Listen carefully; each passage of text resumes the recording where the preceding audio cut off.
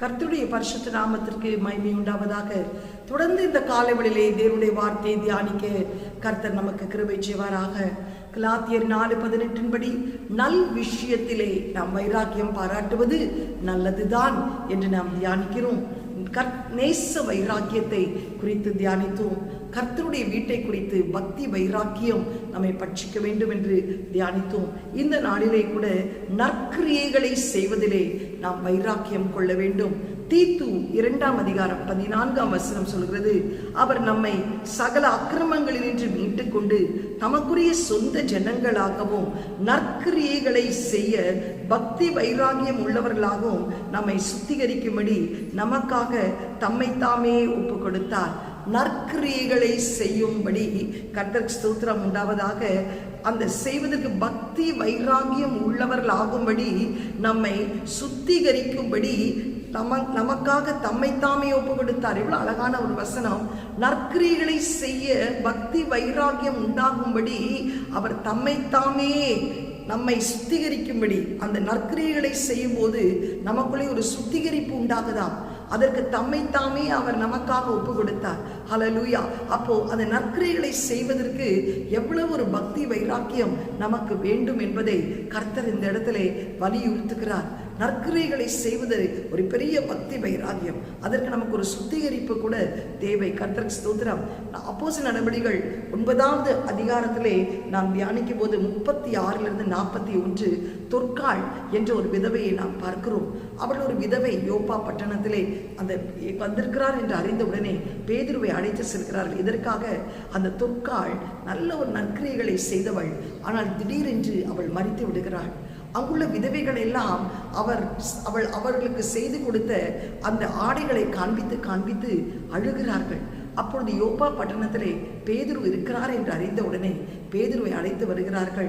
பேதுருவிடத்திலே புலம்புகிறார்கள், அழுகிறார்கள். இந்த தொற்காள் இப்படிப்பட்ட ஒரு நற்கிரியைகளை செய்தார்களே, எனக்கு இதை செய்தார்கள், அவர்களுக்கு இதை செய்தார்கள் என்று செய்தவைகளை சாட்சி பூர்வமாய் காண்பித்து அழுகும்போது அந்த பேதுரு மனதுருகி எல்லாரையும் வெளியே அனுப்பிவிட்டு அவர் உள்ளே சென்று அந்த தொற்காளுக்கு ஜெபம் செய்து அவளை உயிரோடு எழுப்புகிறதை நாம் பார்க்கிறோம்.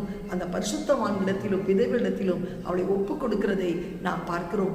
ஆமென். பிரியமானவர்களே, அவள் நற்கிரியைகள் செய்வதிலே அவள் சாட்சியாய் இருந்தது நிமித்தம் அந்த நற்கிரியைகள், அதுவும் யாருக்கு? விதவைகளுக்கு.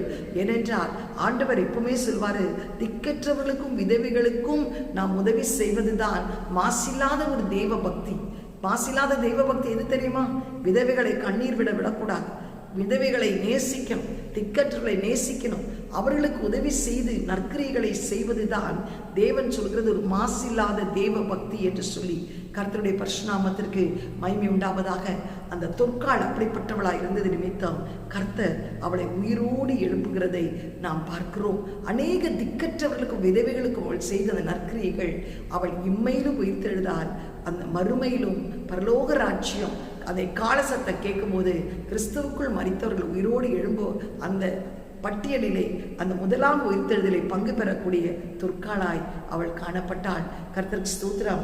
இன்றைக்கு ஏன் ஆண்டவர் நற்கிரியைகளை செய்வதில் வைராக்கியம் கொள்ள வேண்டும் என்று சொல்கிறார் என்றால், நாம் மரிக்கும் போது நம்மோடு கூட வருகிறது நாம் செய்த நற்கிரியைகளே தான். இதால் வெளிப்படுத்தின விசேஷம் 14:13 சொல்லப்படுகிறது, பின்பு பரலோகத்திலிருந்து ஒரு சத்தம் உண்டாக கேட்டேன், அது கர்த்தருக்குள் மரிக்கிறவர்கள் இது முதல் பாக்கியவான்கள் என்று எழுது, அவர்கள் தங்கள் பிரயாசங்களை விட்டு ஒடிந்து இளைப்பார்வார்கள், அவருடைய கிரியைகள் அவர்களோடு கூட போகும். நீங்க என்னென்ன காரியங்கள் செய்கிறீர்களோ அந்த நற்கிரியைகள் தான் உங்களோடு கூட கடந்து வரும்.